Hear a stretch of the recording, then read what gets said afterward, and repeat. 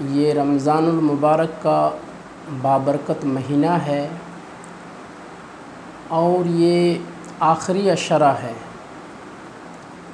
آخری عشرہ میں شب قدر بھی ہے۔ جو کوئی شخص شب قدر کو پالے گا تو اس کے بارے میں صراحت کے ساتھ ہے کہ اس کے پچھلے سارے گناہوں کو اللہ تعالیٰ معاف کر دے گا اور 83 سال کی عبادت 83 سال 4 مہینے کی عبادت کا ثواب اس کے نامہ اعمال میں لکھا جائے گا۔ تو کچھ لوگ یہ جاننا چاہتے ہیں کہ شب قدر کی نماز کا طریقہ کیا ہے، شب قدر میں کتنی رکعتیں پڑھنی چاہیے اور نماز میں کیا کیا پڑھنا چاہیے، اس عبادت کا طریقہ کیا ہونا چاہیے،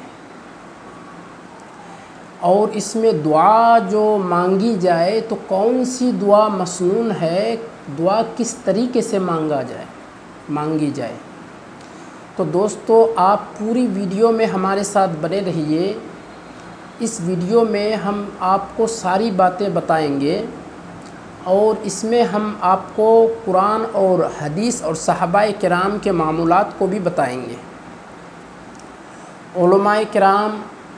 صحابہ کرام سے اور صحابہ کرام نبی رحمت صلی اللہ علیہ وسلم سے روایت کرتے ہیں کہ جو شخص شب قدر میں اخلاص کے ساتھ 4 رکعت نماز ایک سلام سے اس طرح پڑھے کہ ہر رکعت میں سورہ فاتحہ ایک بار قل هو اللہ احد جس کو سورہ اخلاص کہتے ہیں وہ 25 مرتبہ 25 بار، اور انا انزلنا یعنی سورہ قدر اس کو بھی 25 بار پڑھے، اور نماز سے فارغ ہونے کے بعد 100 بار یہ کہے لا الہ الا اللہ وحدہ لا شریک لہ لہ الملک ولہ الحمد، یہ کلمہ پڑھے اور 100 بار نبی کریم صلی اللہ علیہ وسلم کی بارگاہ میں درود پاک بھیجے۔ اس کے بعد سر سجدہ میں رکھ کر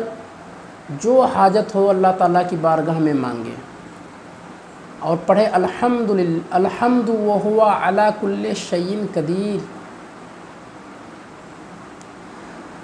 طلب کرے انشاءاللہ جو بھی طلب کرے گا اللہ تعالیٰ کی بارگاہ میں مقبول ہوگی۔ اگر جائز تمنا ہے تو اللہ تعالیٰ وہ تمنا پوری فرمائے گا۔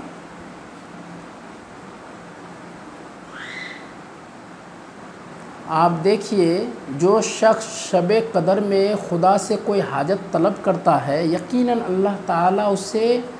پوری فرماتا ہے۔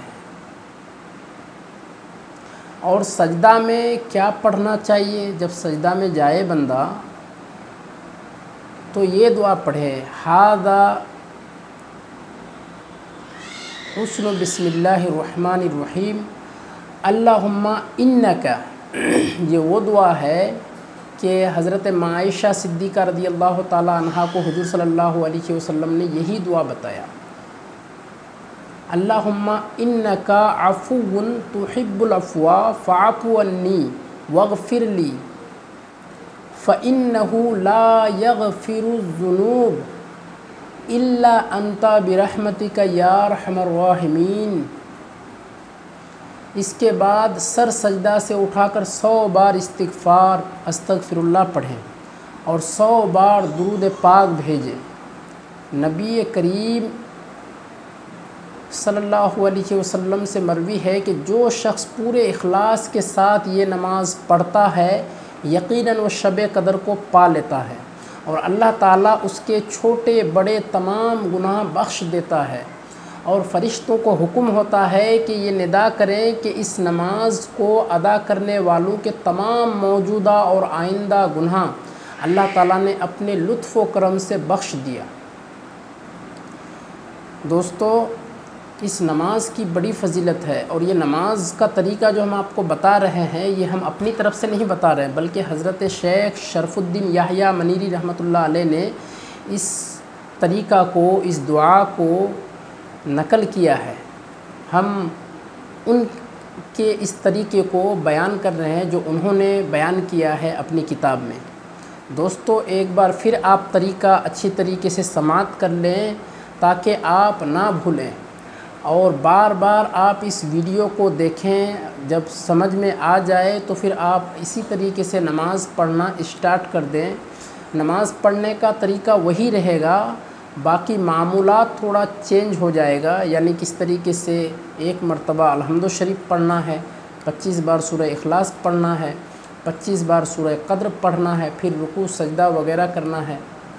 تو اس طریقے سے دوستو